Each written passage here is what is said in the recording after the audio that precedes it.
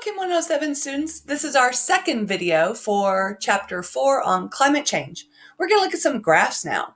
So this is a graph of worldwide average temperatures. Mean, in this case, means average. So we can see since 1880 to 2020 that the temperature has definitely gone up, especially since about 1960. So we can see it kind of went up and down for about 40 years. Then there's a slow rise. And then since about 60, 70, it's really been going up. So we are getting warmer. And this is from NASA. Here's sea level rising from 1995 to about 2020. We can see for sure that sea level is definitely rising. That's from melting glaciers and melting ice, making sea level go up. Again, the source is NASA. Arctic sea ice. So the North Pole ice appears to be declining, meaning it's melting, especially in the last 15 years. So this is a problem for polar bears, indigenous people, as the North Pole ice is melting. This is a graph for 1,000 years for temperature.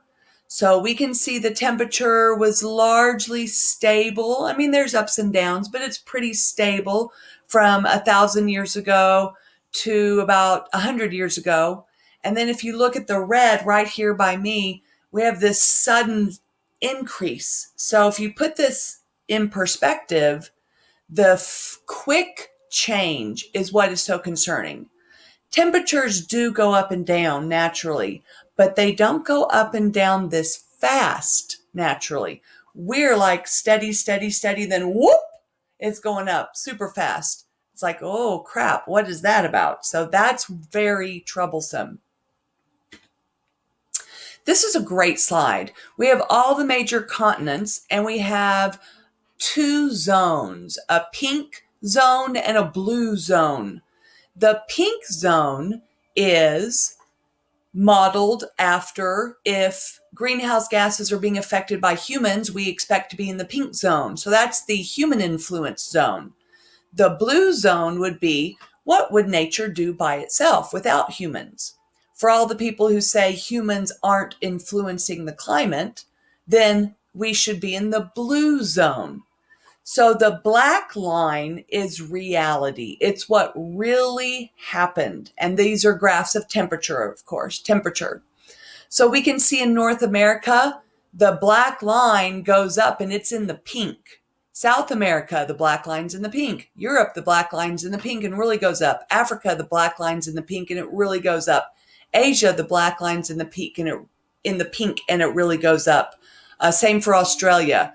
So in all cases, it is human influence. Look, reality tells us we're in the pink zone. That is the humans are changing things zone. We're not in the blue nature only zone. So saying that what's happening is nature is incorrect. There is proof right in front of you. Humans are affecting our climate. So here's just a picture of some sea ice at the North Pole in 1985. We can see what was covered in sea ice compared to 2017.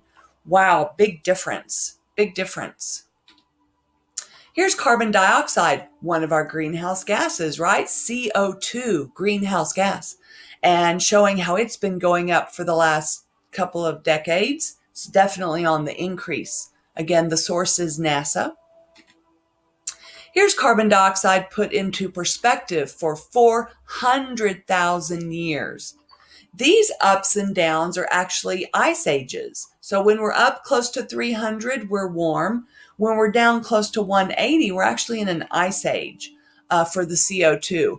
You can see where we were in 1950, pretty normal, but where we are currently, oh crap, we haven't been there in the last 400,000 years.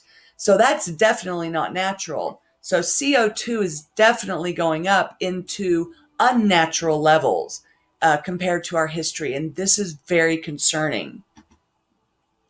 Now, this graph shows in light blue that CO2 levels were at about 280 parts per million. Remember that? ppm, parts per million, for 1,000 years. Then the darker blue shows the last century, and we've definitely gone up. And then the green shows where we could be by 2100. If we don't do anything, our CO2 level could go to the very top and be 1,000 parts per million. Even if we cut out CO2 emissions and greenhouse gas emissions, we're still going to go up probably to 550 parts per million, which is somewhere we've never been. So it's like we've ramped up already. So we're going to keep going up for a while, even if we make changes. This is why we have got to make changes now to make that ramp up less. We have got to make changes and stop emitting CO2 into our atmosphere. And here is putting temperature and CO2 together. This has been called the most damning piece of evidence for climate change. If you look at the red and the blue, they go up and down together. So CO2 reflects temperature and vice versa. So blue is temperature for the last 800,000 years. And you can see warm versus ice age, warm versus ice age. The red CO2 mirrors the blue temperatures. Now, look at where we are. We're actually a little above 402 today even. So present concentration, it changes every year. It's hard to keep up. But we're above 400 now. We've never been there before. What if temperatures go up that much? Where will we be 50 years from now if we don't do anything? We're going to be way at the top of the page. We can't have temperatures go up that high. We'll die. So this is really, really scary territory. We have got to do something. So we've got to stop emitting CO2. So where is it coming from? So where is all this human-made carbon dioxide coming from? Can you think? Where do you think? Well, there are three main sources. The first one we talked about in the last chapter, the coal and natural gas power plants, burning oil. So burning fossil fuels is one of the main sources of greenhouse gases, especially carbon dioxide. Number two, cars and trucks burning gasoline. Cars and trucks burning gasoline, so gasoline-powered vehicles. Number three is going to surprise you. I bet you can't guess it. The meat industry. The meat industry. So the killing of cows and pigs and goats and whatever else people eat is huge in emitting greenhouse gases, especially methane, so and carbon dioxide as well. So eating less meat helps the environment. So specifically sources for the other greenhouse gases, methane and N2O. So methane results from the manure of animals. So that comes from our raising of animals. Also other agricultural practices and by the decay of organic waste in our landfills. Did you know in some countries they actually collect the gas above their trash landfills and use it to create heat and energy? Methane is also released by the melting of the permafrost in Siberia and Canada. This is scary. You may have seen videos in Siberia where they find vents of gas up north where it's melting and they just light it on fire. It's pretty scary. So we have methane, which is natural gas, remember? So natural gas is a greenhouse gas and it's just coming out of the ground by the melting permafrost up north in Siberia and Canada where the North Pole is getting, warmer.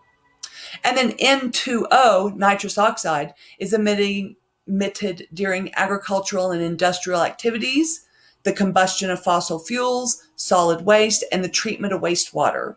So those are some other sources of greenhouse gases. All right, this is a great place to stop this video. We're going to have our chemistry lesson next. Hang in there, Chem 107 students. Bye-bye.